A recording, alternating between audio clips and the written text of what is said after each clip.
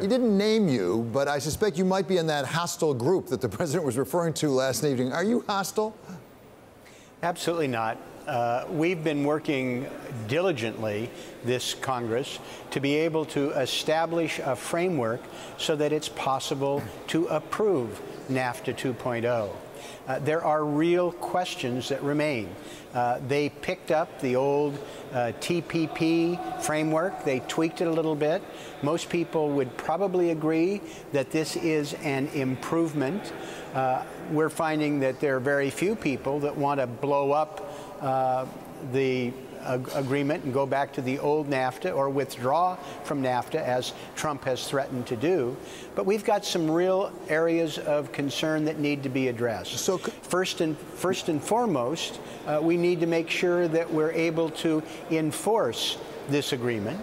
We have some issues in terms of labor and environment, and of course, access to medicine, which is a big sticking point, and I don't think in its present form I feel comfortable voting on it, and I think that's true for many people in Congress, including some on both sides of the aisle. So, Mr. Chairman, we're in the process of finding out. Yeah, let's just take those up one after the other. One is enforcement that you raised, and actually the Speaker of the House, Nancy Pelosi, said the same thing yesterday. We've got an issue here on enforcement. Last time you and I spoke, you had some praise for Robert Lighthizer, the United States Trade Representative, and he's a stickler on enforcement. Are you worried that he's going to go soft here? What would you want in terms of enforcement that would make you feel better?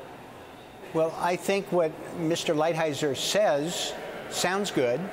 I just want to make sure that the enforcement works. Look, I negotiated a provision in the Peru Free Trade Agreement 10 years ago to deal with illegal logging. We've been fighting ever since to get the American government to enforce those provisions because Peru is still allowing illegal logging in the upper Amazon basin. Trust but verify, I think, is something that's attributed to President Reagan. We need to make sure that these agreements are enforceable and that we will follow through on it. So Congressman, can that be done? Can that be done without blowing up the entire agreement and rewriting it? Can it be done on a side letter or something that would not require renegotiation? Well, and this is part of what we're doing. I'm in the process of meeting with a wide variety of people in Congress, hearing their ideas and suggestions, meeting with outside groups in business, in organized labor. Organized labor had really not been dealt with by the Ways and Means Committee on Trade for 8 years. And I had our first trade subcommittee meeting with representatives from organized labor. I also had lunch with the president of the AFL-CIO and a number of international union presidents. We're reaching out, trying to understand where people are at, and building support for an agreement. I was actually, my flesh crawled when some of the Republicans came back from a meeting at the White House recently and said, well, all they need is 30 Democratic votes with the new NAFTA. Well, no. I have no interest in advancing something that leaves these questions unresolved, and we have another partisan trade agreement that is narrowly approved with just a smattering of votes from one side or the other.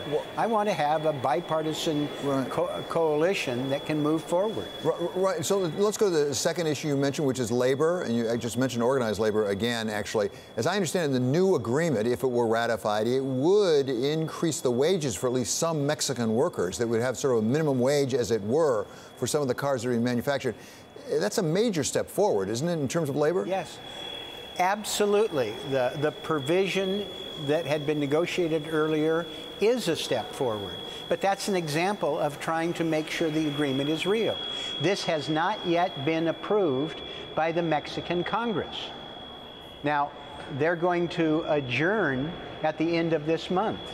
I don't think this moves until the Mexican Congress has approved it, either in a special session or in the fall. This isn't being obstructionist. This is making sure that our agreement actually matches what we negotiated.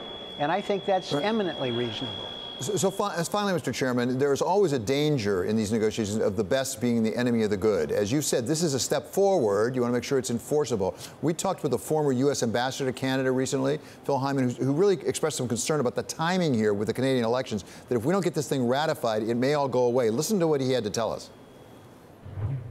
Now we have, in what I call bad calendar management in politics, we've ended up in this spot where we're now facing a Democratic Congress and 2020 race, a new government in Mexico, and parliamentary elections coming up in Canada. I think we're in a very difficult political place.